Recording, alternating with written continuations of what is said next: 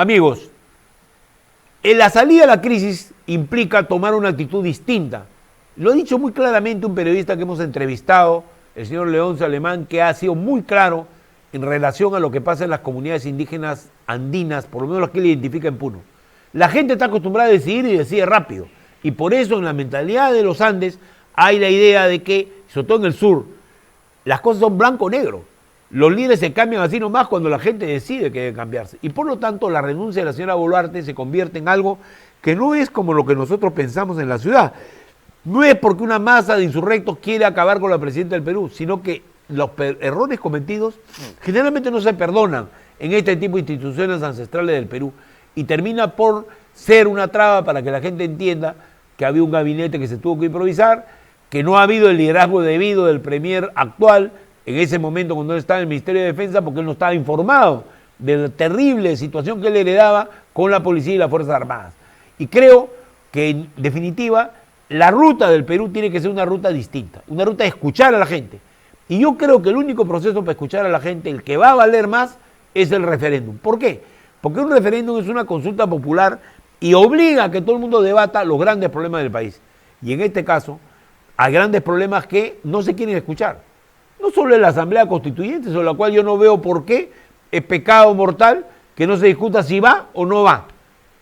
Y si va, es voluntad del pueblo. Y si no va, es también voluntad del pueblo y habrá que acatar lo que salga de ese referéndum. Y eso de no permitir la discusión es propio de fascistas o propio de gente que no tiene una posición democrática. Por ello, me agrada haber escuchado ya algunos congresistas que dicen que hay que postergar en lo posible todo proceso electoral para llevar adelante una forma de debate nacional. Y ojalá que sea el referéndum, que es el más valioso instrumento que tiene el Perú y que tiene que obligar a que se cambien leyes para que el Congreso lo permita. Porque este Congreso se ha opuesto al referéndum a lo largo de toda la historia breve de estos 2 años. Creo que, en segundo lugar, la otra consulta popular muy importante son las reformas electorales. O vamos a dejar que la señora encargada de la Comisión de Constitución en el periodo pasado, la señora Juárez y el señor Nano Guerra García sean los que encabecen las reformas electorales. ¿Alguien cree que ellos no van a armar otro armatoste como el que se armó para que la señora Keiko logre 73 votos en el Congreso sin que nadie se diera cuenta en el Congreso anterior?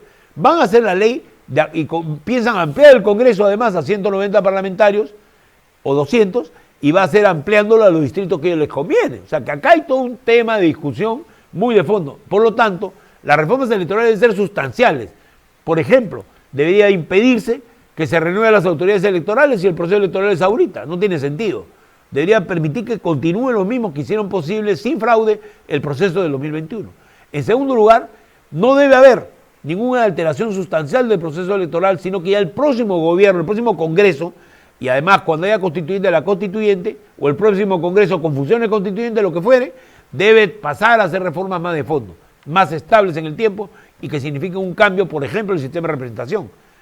¿Alguien cree que un cambio en el sistema de representación hoy día, dándole más parlamentarios a ciertas provincias, va a ser hecho de manera justiciera o va a ser otra maniobra para volver a colocar un escenario electoral inmanejable en la próxima elección?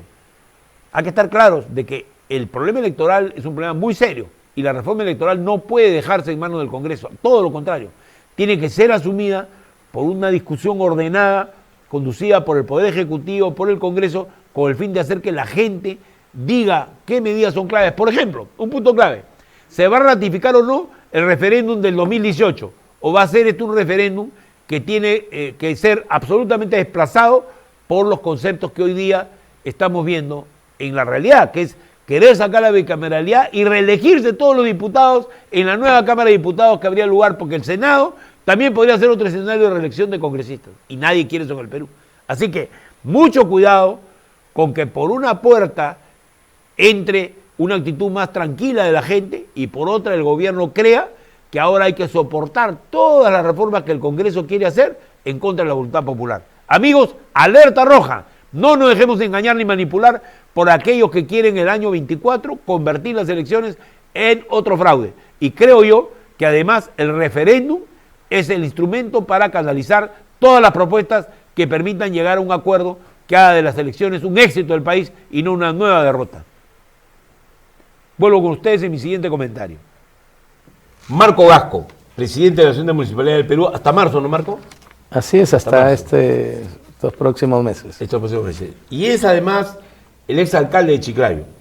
Vaya de las personas que están dejando el poder en este momento, porque ya hay otras autoridades electas, generalmente tiene que pasar una transformación existencial, personal, política, ¿no? Porque es volver un poco al mundo real. ¿Cómo es la gestión pública, en pocas palabras? Porque al público le interesa saber también qué pasa en la vida de un alcalde, ¿no? Sí, Julio, gracias por la oportunidad Yo primero y de conocerte, gracias, de conocerte tan ameno y también gracias. Político e intelectual. En mi caso, yo he tenido varias etapas profesionales en mi vida. Yo he sido empresario, o soy empresario, ¿En qué área en segunda generación. ¿En qué eres empresario tú? ¿En qué área? Nosotros somos agroindustriales. Ah, agroindustriales, ya. Sí. ¿Siembras arándanos, esas cosas, o qué cosas siembras tú? No, ¿Qué fruta? Arroz. ¿No? Arroz, Digamos, ya, de arroz, ok. Tenemos molinos de arroz, tenemos distribución a nivel horizontal en todo el Perú. Claro. He sido financiero, he sido presidente de cajas, Ya. he sido presidente de un banco a nivel nacional, de una caja a nivel regional, ¿Qué caja? y a nivel ¿Cuál es la nacional. caja, Cajas y pan. Cajas y pan. Cajas y pan. Qué buen nombre, ¿eh? Sí. Buen nombre para una caja de ahorro. Sí. He sido gremialista también, Ya, y ahora político. ya. He sido alcalde de Chiclayo hasta hace unos días, hasta el 31 de diciembre del año pasado. Y la función más exquisita que he hecho y de la cual puedo agradecer a Dios cada segundo es haber servido a mi ciudad, haber servido a mis ciudadanos, a los chiclayanos. ¿Qué dirías tú que es lo más importante? Bueno, hay un nivel que son las relaciones personales que uno cultiva estando de alcalde, ¿no? Que son inmensamente diferentes y muy ricas frente a lo que uno hace en la vida privada, ¿no es cierto? O sea, son relaciones, sin embargo, sumamente intensas, porque hay frustración, que a veces te cae. O sea, ¿cómo ha sido tu experiencia con la Sí, gente? por supuesto. Mira, nosotros hemos tenido en 4 años de gestión 6 presidentes. Es un récord Guinness nefasto para un país. ¿Y a ti te ha tocado cuántos de ellos, 6 presidentes. ¿Los 6 te han tocado? Los 6. En 4 años, 6 presidentes. O sea, 6 veces que hay que ir a reponer todas las relaciones como alcalde para poder hacer que te atienda la administración pública, ¿no? Si en Estados Unidos sucedieran 10 presidentes, no habría problema. Claro. Porque es un país descentralizado totalmente. Informatizado, además, todo está registrado, ¿no? Todo tecnológicamente avanzado. En cambio, el Perú es un país centralista, donde todos los alcaldes de la patria, desde las provincias importantes, como Chiclayo, como Arequipa, como Trujillo, Piura, tienen que llegar a Lima a pedir obras, a pedir presupuestos, a pedir recursos. Si a nosotros nos hacen poco caso, imagínate a los alcaldes de esos centros poblados o de esos distritos pequeños, que no tienen ni 20.000, ni 25.000, entre 20.000 y 25.000, los más pobres, de fondo común anual, y ellos no tienen ningún ingreso por recursos directamente recaudados. Conozco casos, porque yo trabajé en el Ministerio de Vivienda 5 años, no había proyectos, pero conozco casos de los cuales he visto cosas increíbles, ¿no? Por ejemplo, un alcalde aportar todo el dinero en su fondo común para que le hagan un proyecto con la ilusión de que va a salir y que luego no sale, ¿no? Entonces he visto llorar alcaldes, he visto la frustración. ¿Tú no crees que eso se encadena también con lo que está pasando en el país? Pero por supuesto, ¿sí? No solo eso es, ya tiene décadas, pero centurias, diría yo. Mira, yo tengo un pensamiento. Que Chiclayo tiene superdiría, digamos, desde el punto de vista que es una de las 6 ciudades más importantes del Perú. Sí, etcétera, sí, ¿no? Cierto, pero Chiclayo pasó una historia nefasta de corrupción. Ya, claro. Después de 25 años o más, hemos hecho por primera vez una transferencia ordenada. Ya. Porque antes los alcaldes, el alcalde que daba la posta al siguiente desaparecía o los llevaban a la cárcel. Bueno, y hay uno emblemático que creo que varios. entonces ya salió de la cárcel. ¿Cómo se llama ese alcalde? No, Torres. No, sigue preso. Y además había... Y Cornejo Chenguel también sigue preso. Claro, van 2. En fin, fue una historia lamentable, no solo de alcaldes, de funcionarios, de regidores, pasaba ahí? de empresarios, Parece empresarios, no empresucios, no son empresarios. Estaban amarrados, parece, con el poder local, ¿no? Porque tú tenías aparte la Gran Banda del Norte, que también es un factor que algún día me contaron la historia y me quedé paralizado de miedo, ¿no? O sea, que era un factor externo al municipio, externo a esto, pero que tenía influencia en muchas áreas de la ciudad y es del norte, en realidad. Y en segundo lugar, esta manera de manejar a los municipios, que eran obras que a veces no se terminaban, ¿no? Sí. Que estaban imbrincados con todo lo que era la corrupción, ¿no? Exactamente, obras que nunca se hicieron. Un caso te muestro. Un día fui con el ministro Cornejo, gran ministro de Vivienda en la época de Humala, y resulta que llegamos, bueno, es un hombre de nariz prominente, ¿no? Yo lo digo en broma, pero en verdad fue así. Llegamos a una calle de Chiclayo que suponía era una inauguración, con que ya habíamos liquidado la obra, toda la cuestión. Llegamos y el hombre mira hacia la izquierda, fue en la ciudad de Lambayeque. Y mira hacia la izquierda y mira hacia la derecha. Era la vía esa rápida que han hecho para un supuesto, creo que iban a hacer una vía rápida para buses. Y resulta que era, pues, ¿cuánto? 500 metros de largo y no había más, ¿no? Entonces, mira para acá y mira para allá. No había inauguración, no había obra, sencillamente era una repetición sobre una obra antigua. Y todo eso ha ocurrido en el Perú, en las provincias, en los distritos del Perú, y la gente, por supuesto, reclama, por supuesto siente esa frustración por décadas o centurias, hermano. Yo quisiera decirte algo, si me permites. Sí, por favor, sí. Yo quiero que lo que ahora es el Perú, siempre, desde que fuimos civilización, de hace 5.000 años en Caral, como en Ventarrón, en Chiclayo, en Pomalca, por supuesto, y con los años previos a la de domesticación, en Chiclayo sembramos hace más de 6.000 años el loche, que es la base de la comida chiclayana, que es exquisita, que es la base de la comida nacional, claro que sí. Que no es un zapallo, es el loche. El zapallo no tiene la fuerza. Siempre dicen zapallo loche. No, el loche es diferente. Mira tú. Le dicen en Lima, claro. no en Chiclayo. Pero muy rico, extraordinario. El loche tiene mucha fuerza en el sabor y en el aroma. Claro. Por eso la comida chiclayana, no porque sea chiclayano, es rica, es exquisita. El loche, la guanábana, la túcuma, la chirimoya, el maní, el tomate, la palta, los ajíes, el algodón. Claro. En esa época de domesticación, después vino la civilización. Claro. Y en la civilización nosotros, Ventarrón tenía pintura. La pintura mural más antigua de América está allá. Sí, extraordinario. Y son pirámides truncas de 5.000 años. Sí.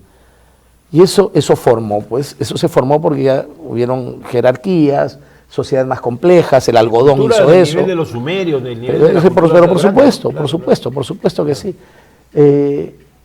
Y nacieron del intercambio, no de la violencia, que es lo más importante, ¿no? Del trueque. Más de la reciprocidad y el trueque. Exactamente, ¿no? Exactamente.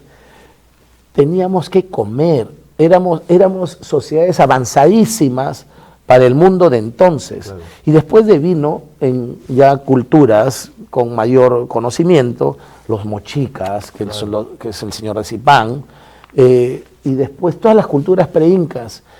Chiclayo, el norte del Perú, tiene hasta ahora canales de regadío que tienen 2.000, 3.000 años, que hasta ahora se usan. Y que no necesitaron teodolitos, no necesitaron coordenadas de GPS para poder regar miles de hectáreas y miles de kilómetros, con una pendiente de 1 metro para miles de kilómetros. O sea, una tecnología avanzadísima que no la había en el mundo. Que esto lo han hecho reconstruyendo todo el sistema de irrigación, porque en el año 1100 y en el 810 hubo 2 grandes cataclismos climáticos con el fenómeno del Niño, por supuesto, ¿no? Y ellos entonces, a raíz de eso, tanto ellos como los incas, tienen una idea de que la irrigación es clave. Y ese es un tema que está ahora debilitado, supongo yo. Pero los incas tienen 600 años. Claro, lógico. Pero ese fenómeno del Niño le tocó a los mochicas y los desapareció. Y los mochicas vinieron después en los chimús. Claro que sí. Lo que te quiero expresar, hermano, es que nunca nos faltó qué comer, nunca nos faltó tecnología, y había, de entonces... Y había irrigación, que es lo vital para la agricultura. Por supuesto, y había infraestructura, había arte con las pinturas, había vestido del algodón de colores, de su forma natural, que ese nunca va a cambiar el color, por más que lo laves. y fuimos una sociedad avanzada. Y había la emulación competitiva. Claro. ¿Qué es la emulación competitiva? Y entendieron la geografía, la tierra, los recursos naturales mejor que lo que entendemos ahora que tenemos toda la tecnología disponible y la información disponible. Es que dicen que cuando hay vida o muerte, es decir, que tú, si no comes, te mueres, o hay una sequía y se secan tus campos, en esas culturas ha habido un afinamiento, ¿no? Un refinamiento que lleva, ¿no?, a prever todo. Un entendimiento maravilloso de la naturaleza. Claro. Y esa emulación competitiva, ¿qué era? Si Ventarrón tenía una pirámide de tal altura, en Coyut, más allá, la hacían más grande y con pintura. Claro. Y así se emulaban, pero competitivamente, claro, para ser mejores, claro, para hacer mejores cosas. Y cosa que no hacemos ahora. Ahora hemos perdido identidad completamente, claro, sobre nuestro propio medio. Claro, claro. Mira el arrojo indiscriminado de los residuos sólidos. Eso en la Bahía, que es un problema serio desde hace muchos años, ¿no? Mira distritos acá en Lima, sí, también. Sí, claro, no, claro, es general, a nivel nacional. Pero yo creo que hay un problema de que en general en el Perú, por ejemplo, es una cosa que a mí siempre me impresionó. En una época trabajé en el Ministerio del Ambiente y resulta que era increíble que de 1820 distritos que había en esa época, ahora hay unos cuantos más, resulta que solamente habían 40 que tenían alguna forma de recojo y 20 que tenían una verdadera planta y hacían las cosas bien en el Perú. Sí. Yo no sé cómo estará ahora el recojo de la basura. Yo te voy a comentar eso después, solamente quisiera cerrar. Está muy interesante lo que dices. Lo que te estaba comentando, parte importantísima de nuestra historia que cada peruano debe conocer. O sea, la cultura no es escuchar música clásica o leer un libro de historia, la cultura es asimilar lo que hemos hecho. Por supuesto, como país, ¿no? Claro, todo. Eso es lo más importante. Para conocer nuestra historia, lo glorioso que fue, claro, para tener la responsabilidad de reconectarlo con esa gloria en esta nueva historia que nosotros tenemos que recrear para poder hacer del Perú lo que fue, lo que decía desde que fue civilización, porque Perú somos hace 200 años. Además, antes fuimos virreinato, antes Tahuantinsuyo, claro, y antes diferentes culturas. Se basaban todas estas antiguas culturas, para un poco retortarlo al tema actual, estas culturas además en una forma colectiva de tomar decisiones. Mira, ayer un señor de Puno nos dijo una cosa bien clara, dijo: ¿por qué la gente pide de inmediato que se vaya a la presidenta o que cambien el gobierno? Porque están acostumbrados al gobierno comunal, donde la gente se junta y ahí decide sin tanta mediación. Es que no nos encontramos aún, pero solamente para terminar, mi querido Julio, lo que quiero decir es que el Perú siempre estuvo, o nuestra sociedad, desde tiempos inmemoriales, siempre estuvimos bien a la vanguardia, en tecnología, en agricultura, en alimentación, en economía. Mira, los incas fue el imperio más importante de América, claro, mucho más grande que los mexicas, más que los mexicas, en dimensión geográfica y en dimensión poblacional. O sea,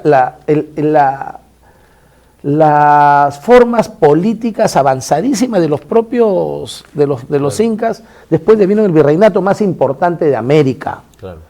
El virreinato más importante del Imperio Español, que fue el más importante del mundo. Entonces, fuimos los peruanos. No te olvides que la moneda, el dólar de la época, era el real peruano. Claro. Sí, ¿verdad? Si querías negociar en la India, en la China, lo negociaba con el real peruano. Era de plata, ¿no? Y tenía un valor increíble en cualquier lugar. Y lo tenían que hacer con el real peruano, hermano. Pero vino la independencia y ahí todavía no nos encontramos como nación. Sí, pues. Vienen los problemas hasta ahora, lo que tú me dices de la señora de Puno. Mira todas estas formas de explotación que lamentablemente ha habido en el país. No nos hemos encontrado las clases oligárquicas, los que tuvieron el control, las 30 familias que recibieron el pago de la, supuestamente, el pago de la deuda por la independencia. La deuda por la independencia, que inventaban hasta las firmas de Simón Bolívar y de San Martín, hermano, o el pago o la liberación de los esclavos. No fue liberación, fue compra de los esclavos. Claro que sí. Fue para pagarles y a ver si tenían esos esclavos. Claro. Capitalizaron gran cantidad de... Pero si hubieran apostado por la educación, si hubieran apostado por encontrar al país. Mira, recientemente estuve me invitó el presidente Seplan a a unas conferencias en la Universidad Católica, donde se estaba haciendo el plan para 50 años del Perú, maravilloso, excelente. Y ahí expuse, el plan puede ser magnífico, pero si es que aún no nos encontramos como nación, si es que traspolándolo a una empresa, si es que no hay gobierno corporativo unificado, con un solo objetivo, a pesar de diferencias, porque diferencias son buenas, son necesarias y se tienen que mostrar, pero sobre todo lo que tiene que encimarse y estar más arriba es el sentimiento por hacer cumplir el objetivo común. O sea, la división no genera gobierno. De hacer desarrollo. La división no genera gobierno. No, las diferencias no generan gobierno. Claro, la diferencia es rica para el proceso, ¿no? Sí, la diferencia no necesariamente generan división. Claro. Las diferencias todas las tenemos. Pueden ser parte de un proyecto unitario. Por supuesto, y nos puede unificar más. Ahora, la gran pregunta ahorita, porque estamos hablando de un tema de fondo, ¿no? Es cómo reencaminar al Perú, ¿no? Porque claro, todo el mundo dice el diálogo y no sé qué, pero tú dices, ¿qué pasa que estamos en trincheras tan separadas? Porque es diferente el norte. El norte tiene una mayor integración económica, etcétera, pero también tiene sus propias divisiones. Yo nunca me voy a olvidar cuando fui a tu tierra y tuve la oportunidad de ir a esta comunidad que queda encima de la provincia de Lambayeque, que se llama Incahuasi. Incahuasi. Claro. No, y encima Incahuasi. Donde hablan quechua. Y la otra, ¿cómo se llama? La comunidad de los, estos que eran una etnia, son los, bueno, que eran de Ecuador. Cañaris. Fui a Cañaris para una negociación. Y tú sabes que, estando en Cañaris, me di cuenta que la mayor parte de los negociadores no habían ni visto Wikipedia, no sabían qué cosa eran los Cañaris, ni sabían que estos Cañaris eran descendientes de los ecuatorianos, que era el ejército privado del Inca. Y que entonces había clanes ahí, muy antiguos. Y que esta gente se iba a celebrar la fiesta de hace 500 años a sus pueblos, en Ecuador. Y que yo me di cuenta, porque no hablaban el quechua de acá, y la ropa, ¿no? Tú, si conoces el Perú, te das cuenta que la ropa es diferente. Pues bien, y resulta que la manera de acercarse fue llevar a 60 funcionarios, que encima no dejaron entrar a los comuneros entre el estadio de ellos. O sea, cosas así. Tú dices, un país que no tiene idea, por ejemplo, estos fenómenos locales que son tan importantes, y estás hablando de que el Inca Huayna Cápac dejó a 1000 de ellos, que fueron los que fundaron Cañaris. Y te aseguro que es una historia bien poco conocida, ¿no? Pero yo lo tuve que estudiar por un tema que era de la minería, que no había manera de encontrar la solución. Nunca se resolvió a propósito. Cañaris sigue siendo una gran reserva de cobre que no ha podido ser explotada hasta hoy porque no se logra levantar la resistencia de la comunidad, ¿no? Sí, muy difícil. Bien, y ojo, y además la gente no defendía solamente su propiedad de la tierra, no, el estilo de vida, que fue lo mismo que pasó en Cajamarca. No todos quieren ser mineros. Y lo mismo que pasó en el Valle del Tambo. Los que son agricultores quieren seguir siendo agricultores. ¿Cómo resuelves el problema? Pero eso no se contrapone al desarrollo. No. Es que la idea es que tiene que entrar de una manera inteligente, ¿no? A tomar en cuenta que ellos no quieren de una manera empática, ¿no? Así es, empática. Si esos pueblos originarios quieren seguir siéndolo así, fabuloso. Pero llevémosle desarrollo, llevémosle educación, llevémosle tecnología también. Y no hay que olvidar que además en muchos sitios, como pasó en el Valle del Tambo, estamos hablando de arroz, tú conoces bien el arroz, ahí se producía una gran cantidad de arroz y había una buena producción agrícola avanzada, o sea, la gente tenía un buen nivel de vida.